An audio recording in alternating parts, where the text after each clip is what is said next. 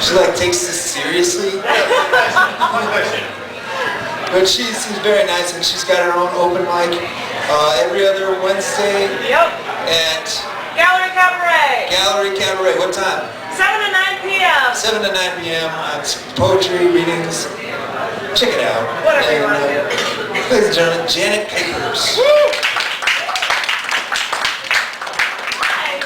I feel like such the outsider. Somebody did all these mama jokes for like 3 or 4 people up, and I'm like, am I at the right place? Wait, do some mama jokes. I don't have any mama jokes. I think I might be mama jokes. No more mama jokes for the rest of the night. The only joke I can think of, which is really old, is why did Helen Keller never get her driver's license? Because she's a woman. Yeah, because I'm not gonna have any for you. So I was gonna read through you, and he gave me something else. So I'm gonna start on a high note and end on a high note. I think this is one I like, and I hope anybody out there does this. For any way you like this, called The Burning. I take the final swig of vodka, feel it burn its way down my throat, hiss at it scorching my tongue, and reach for that bottle to pour myself another. I think of how my tonsils scream every time I let the alcohol rape me. And then I look down at my hands, shaking, holding that glass of poison, and think of how these were the hands that should have pushed you away from me, but didn't. And I keep wondering why I took your hell, took your poison. I remember how you burned your way through me. You corrupted me from the inside out, and I kept coming back. I let you burn a hole right through me. I hated it. And now I have to rid myself of you, and my escape is flowing between the ice cubes in that glass, nestled in my palm. But I have to drink more. The burning doesn't last as long as you do.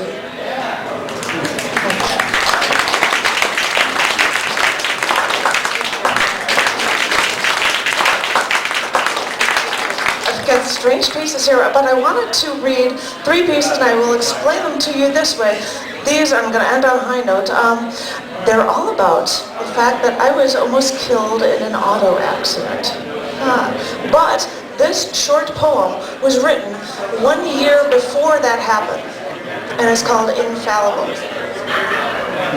I used to think that I could like to get into an accident, to be injured, to see who would care for me, to see who would feel bad for not paying me any attention. Now, I think that if I were injured, that a few of you would even revel in it, that a few of you would like to spoon feed me, to take care of me, to be able to say to yourselves that I am not infallible. But sooner or later, you get bored with it. You need somebody to take care of you again, and I'd be cast aside. So I'm never going to give you that chance. I'm never going to let my guard down, not even once, no matter how much I might need your help from any of you, because no one of you, none of you, are willing to think that I am human and have real needs. I tell you that because a year later, I was almost killed in an auto accident. I was unconscious for 11 days, had to relearn how to walk and talk and eat. And while I was in the hospital, I wrote this piece called As I Recover. I was supposed to be saving a life by turning the wheels and avoiding an accident. Well, I did. I turned the wheels and saved the life of the other driver. Since my wheels were turned, I was pushed into oncoming traffic, so another car could hit me. I think the first car hitting me was enough, but while we're at it, let's just have somebody else hit me as well.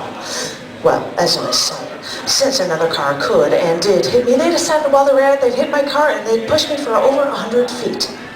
That's what I get for saving a life. In the hospital, after I got out of the coma, no one ever visited me. Oh, I know, my family was there, and it would have been more depressing if they weren't there for me. But what I was saying, that no one visited me, I mean that no one that did this to me visited me. Not the people who hit me, not the guy whose life I saved. None of those people even attempted to actually pay me back for my car, or my time, or my coma, or my feeling that this is normal, even for saving a life. I have the physical scars and the emotional scars from that accident, from that day, and no one has ever apologized to me for the pain that they caused.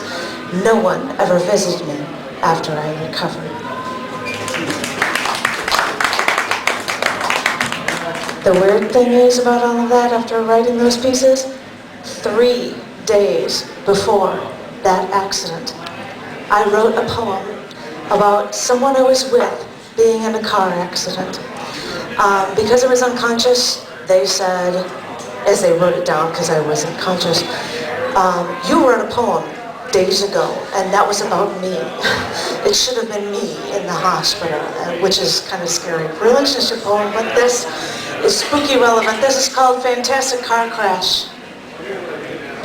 And our life is one big road trip now, and we make our way down the expressway. We set that cruise control, and most of the time we're just moving in a straight line, and the scenery blurs. There's nothing to see. But I know what's inside of you, and I know what you're made of. There's no such thing as a calm with you. You are a fantastic car crash. You stop traffic in both directions as the gapers gawk and the delay grows while everyone slows down to stare. Everything shatters with you, you know. It's a spectacular explosion. I try to duck and cover as metal flies through the air. And every time you leave the scene of the accident, I am left picking up the shards of glass from the windows. You know, the glass breaks into such tiny little pieces. They look like ice.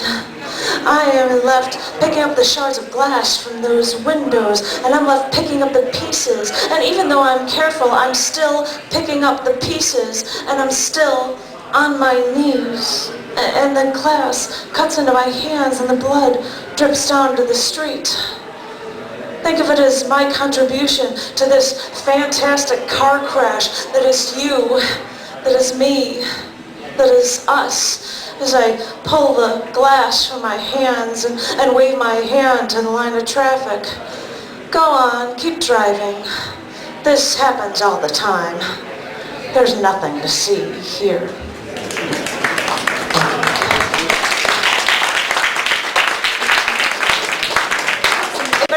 To know about the open mic every other Monday, come on up here. And every other Wednesday, the next one is on the 24th.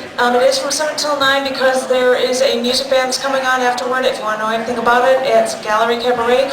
You can go to their site, or you can go to www.gavicarts.org/thecafe. Thank you.